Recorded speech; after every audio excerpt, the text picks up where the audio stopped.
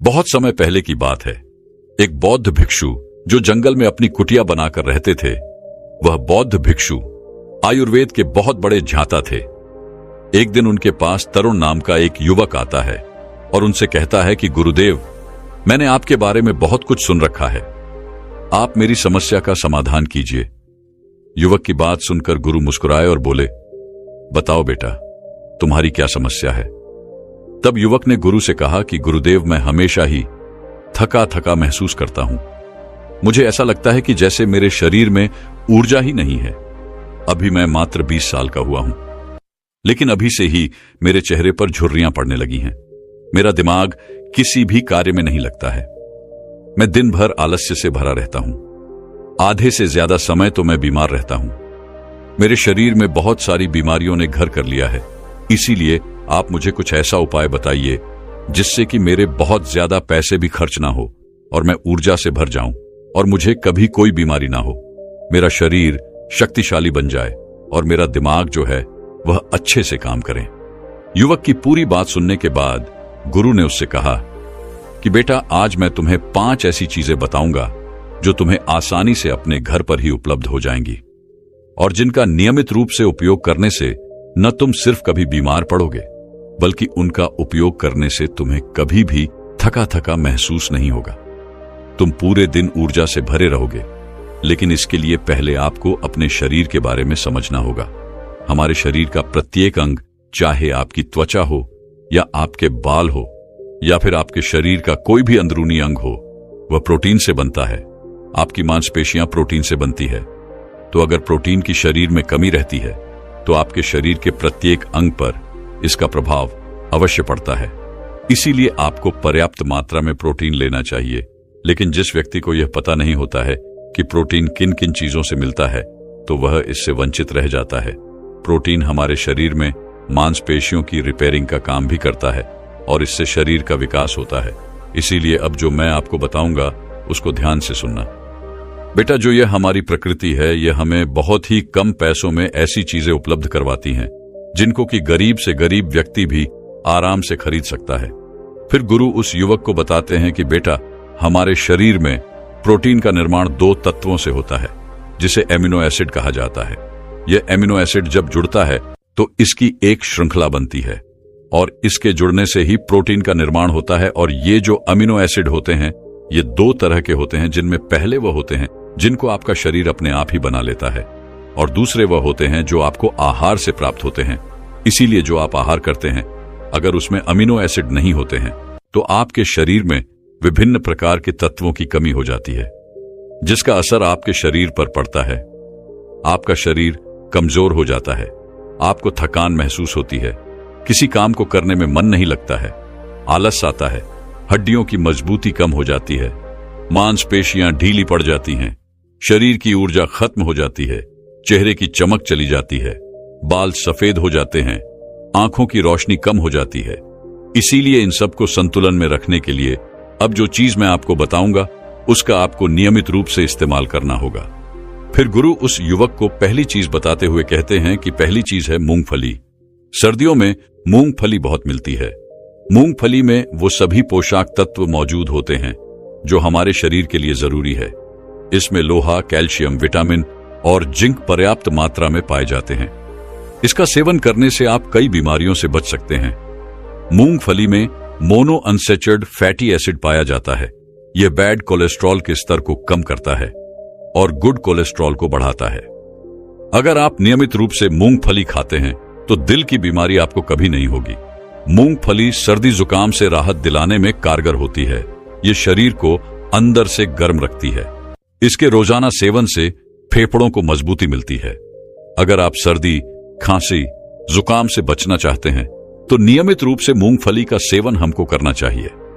मूंगफली में फाइबर और प्रोटीन भरपूर मात्रा में होता है। यह भूख को कम करने में मदद करती है, जिससे वजन कम करने में सहायता मिलती है।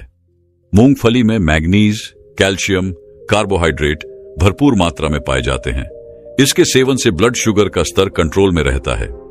अगर आपको डायबिटीज की समस्या है तो मूंगफली का सेवन आपके लिए फायदेमंद है। मूंगफली खाने से कई तरह के कैंसर से बचा जा सकता है। इसमें पॉलीफेनोलाइट, एंटीऑक्सीडेंट की मात्रा अधिक होती है, जो कैंसर के खतरे को कम करने में सहायक है। मूंगफली में मौजूद फैटी एसिड त्वचा रोगों से बचाने में मदद करता है। इसमें फाइबर भी पाया जाता है, जो शरीर के विषाक्त पदार्थों को बाहर निकालने में सहायक होता है, जिससे आपकी त्वचा हेल्थी रहती है। आपको नियमित रूप से एक मुट्ठी मूंगफली का ही प्रयोग करना है। ज्यादा मात्रा में आपको मूंगफली का सेवन नहीं करना है। इसके बाद बौद्ध भिक्षु दूसरी चीज बताते हुए कहते हैं कि पनीर। आप चाहे कितना भी आहार खा लो, लेकिन आपको वह प्रोटीन नहीं मिलेगा जो आपको पनीर से मिलता है। आयुर्वेद में पनीर को पोषक तत्वों का खजाना बताया गया है। पनीर आपको सामान्य से लेकर गंभीर शारीरिक समस्याओं से बचाता है। इसमें मौजूद कैल्शियम, प्रोटीन, फास्फोरस जैसे न्यूट्रिएंट्स प्रेग्नेंट औरतों और बच्चों की हेल्थ को बेहतर बनाते हैं। इसमें मौजूद विटामिन डी और कैल्शियम आपको कैंसर के खतरे से बचाते हैं। इसमें मौजूद कैल्शियम और फास्फोरस आपकी हड्डियों को मजबूत बनाते हैं और आपको आर्थराइटिस जैसी बीमारियों से भी बचाता है।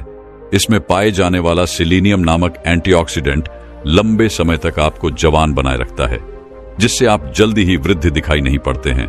पनीर में मौजूद प्रोटीन शरीर को न सिर्फ ऊर्जा देता है, बल्कि मांसपेशियों के लिए भी बहुत महत्वपूर्ण होता है। यह आपकी मांसपेशियों को मजबूत बनाता है।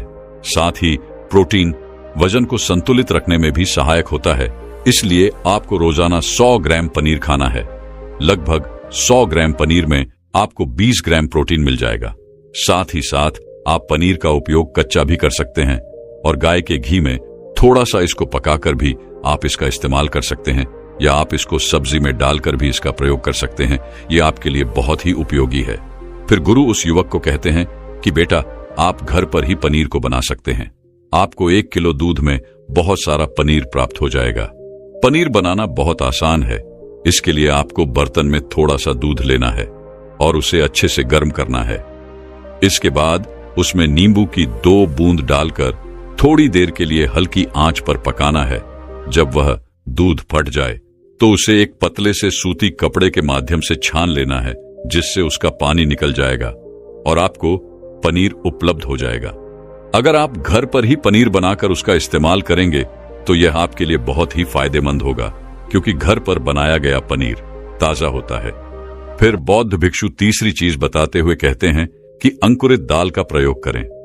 दाल में आपको हरी मूंग की दाल, मोड़ के छिलके वाली दाल और चने की दाल का भी सेवन करना है। यह तीनों ही प्रोटीन का बहुत ही अच्छा स्रोत है। इन अंकुरित दालों में आपको अच्छी मात्रा में फाइबर मिलता है। जब आपके शरीर में फाइबर अच्छी मात्रा में जाता है तो यह आपके पाचन के लिए बहुत ही अच्छा होता है। जिन लोगों को कब्ज की समस्या रहती है तो निश्चित रूप से अंकुरित दाल का ही प्रयोग करें, जिससे उनकी कब्ज की समस्या जो है वह बिल्कुल खत्म हो जाएंगी और आपकी आंत साफ होना शुरू हो जाएगी। शरीर में जमी सारी गंदगी बाहर निकल जाएगी, जिससे आपका पाचन ठीक से कार्य करेगा। फिर वे बौद्ध भिक्षु कहते हैं कि जो वस्तु प्रकृति के जितने निकट होती है वह आपकी प्राण शक्ति को उतना ही ज्यादा बढ़ाती है, और अंकुरित दालों में जीवन है, जो आपकी प्राण शक्ति को बढ़ाती है, ऊर्जा को बढ़ाती है, आपको तरोताजा रखती है।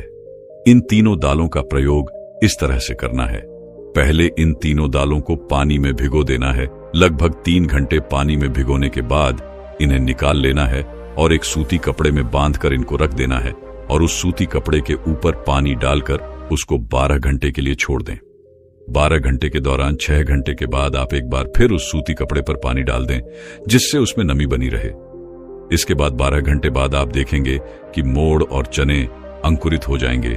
इसके बाद आप इसे कच्चा खा सकते हैं, या इसमें थोड़ा सा नींबू, थोड़े से टमाटर, थोड़े से कीड़े इत्यादि डालकर आप इसका सलाद बनाकर इसका सेवन भी आप कर सकते हैं। फिर बौद्ध भिक्षु चौथी चीज बताते हुए कहते हैं कि चौथी चीज है सोयाबीन। सोयाबीन में प्रचुर मात्रा में प्रोटीन होता है।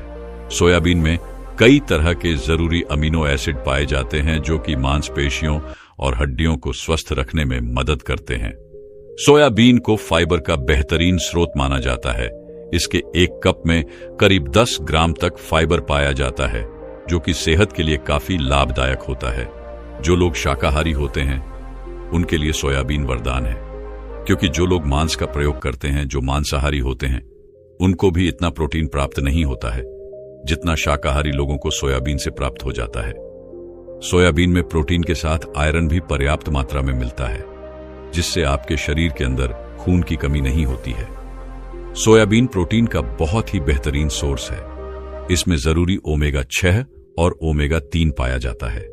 यह दिल की सेहत के लिए काफी लाभदायक होता है और बहुत सारी बीमारियों की होने की समस्या को कम करता है। शरीर की दुर्बलता, बालों और स्किन की तमाम समस्याओं को दूर करने के लिए सोयाबीन को काफी कारगर माना जाता है। यह एक ऐसा सुपर फूड है जिसके इस्तेमाल से बॉडी बिल्ड होती है। सोयाबीन शरीर में नई कोशिकाओं को बनाता है। इसके साथ ही पुराने कोशिकाओं की मरम्मत भी करता है। इनके सेवन से शरीर में कुछ ऐसे जरूरी हार्मोन निकलते हैं जो कि मानसिक संतुलन को बनाए रखने में लाभदायक होते हैं। सोयाबीन के सेवन से हड्डियों को मजबूती मिलती है और ब्लड प्रेशर भी कंट्रोल में रहता है। सोयाबीन का प्रयोग आपको 100 ग्राम ही करना है। 100 ग्राम सोयाबीन में आपको 36 ग्राम प्रोटीन मिल जाएगा। आपको सोयाबीन को थोड़ी देर पानी में भिगोकर रख देना है। पानी में भिगोने की वजह से यह नरम हो जाता है और इसके बाद आप इसका सेवन कर सकते हैं। आप इसे कच्चा भी खा सकते हैं। फिर बौद्ध भिक्षु 5वीं और आखिरी चीज बताते हुए कहते हैं कि भुना हुआ चना भी आप खा सकते हैं, क्योंकि इसमें भरपूर मात्रा में विटामिन होता है। इसका आप 2 तरीके से उपयोग कर सकते हैं।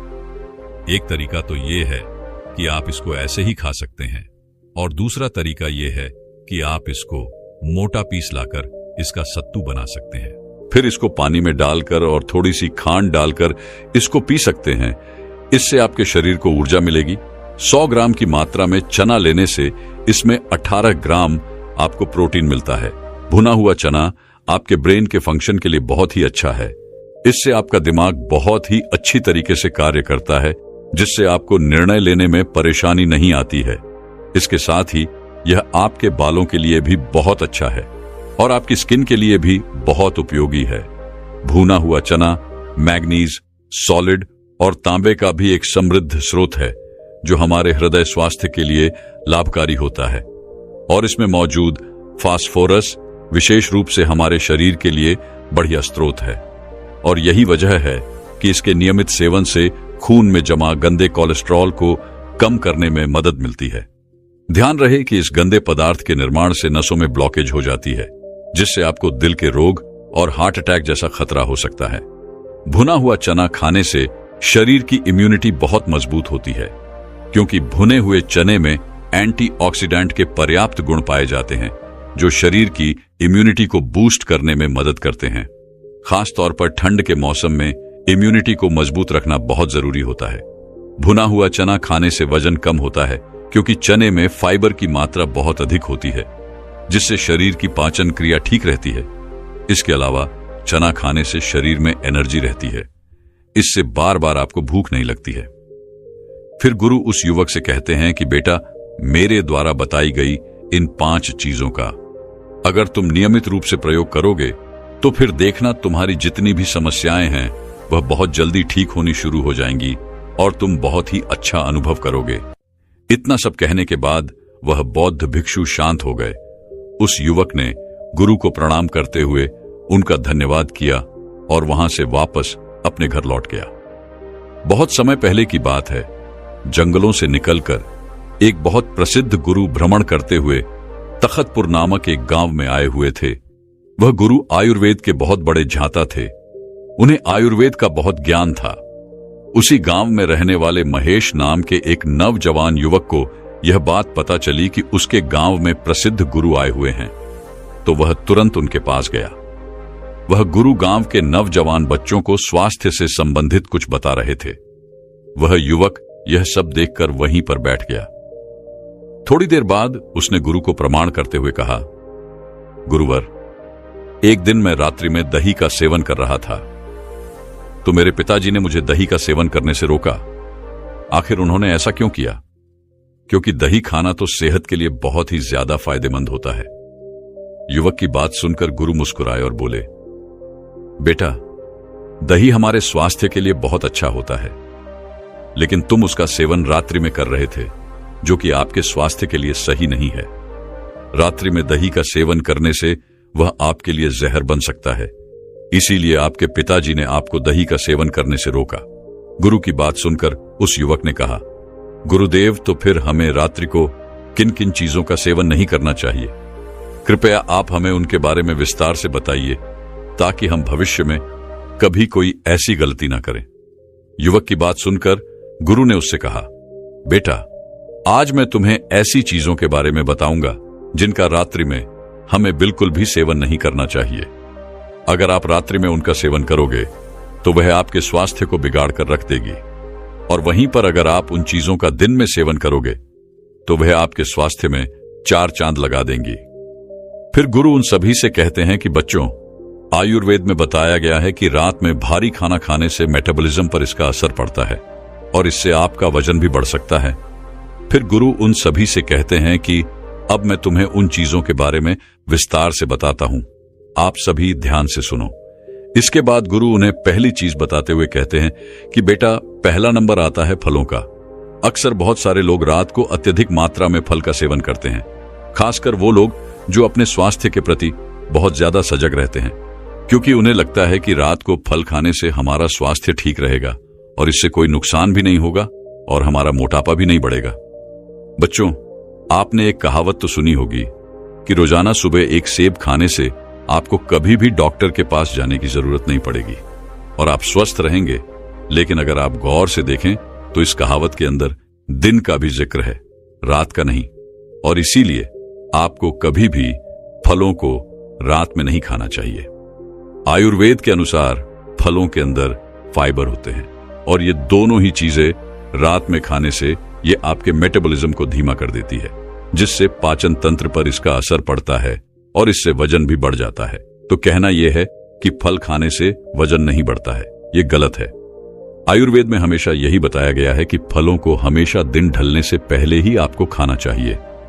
शरीर को बेहतर ढंग से काम करने में मदद करने के लिए फल से कई तरह के पोषक तत्व मिलते हैं। फल की वजह से ही शरीर में इम्यूनिटी बढ़ती है और हमारी कोशिकाओं की मरम्मत करने का मौका मिलता है। फलों में प्राकृतिक रूप से शुगर होता है, उसमें फाइबर और पोषक तत्व भी होते हैं। उनकी वजह से ही रक्त प्रवाह में शुगर को सोखने की क्षमता कम होती है। इससे ब्लड शुगर में तेजी से इजाफा नहीं होता है। फलों में प्राकृतिक रूप से मौजूद कुछ पोषक तत्व ऐसे होते हैं जिनकी वजह से हमारा मानसिक स्वास्थ्य बेहतर रहता है और आप स्वस्थ रहेंगे। लेकिन अगर आप गौर से देखें तो इस कहावत के अंदर दिन का भी जिक्र है, रात का नहीं, और इसीलिए आपको कभी भी फलों को रात में नहीं खाना चाहिए।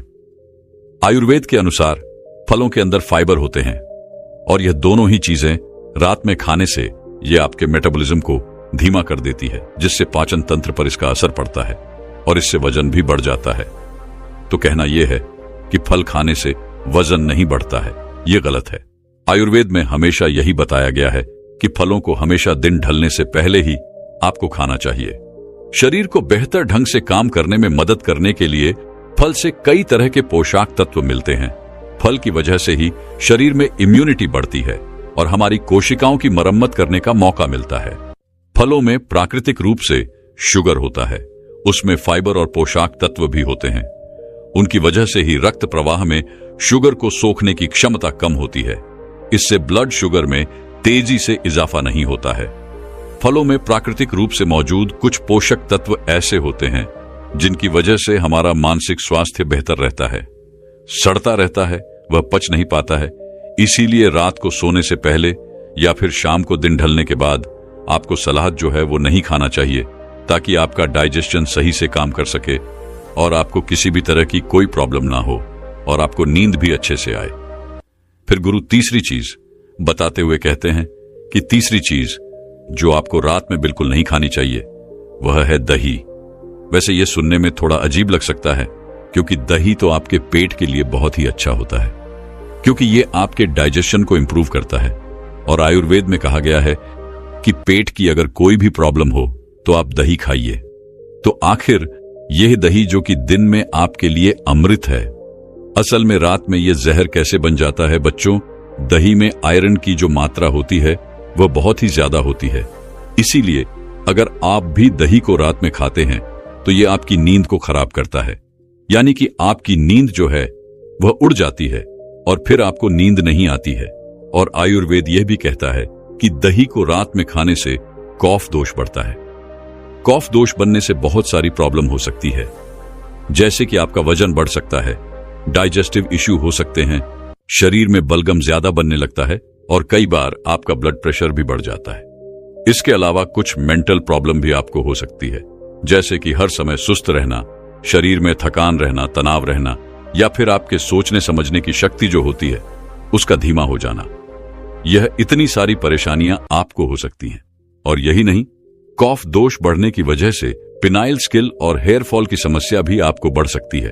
तो अगर आपको इस तरह की कोई भी परेशानी है या फिर आपको कोई परेशानी नहीं है और आप चाहते हैं कि हाँ, आपको जीवन में ऐसी कोई परेशानी का सामना ना करना पड़े, तो आपको रात में दही खाने से बचना चाहिए।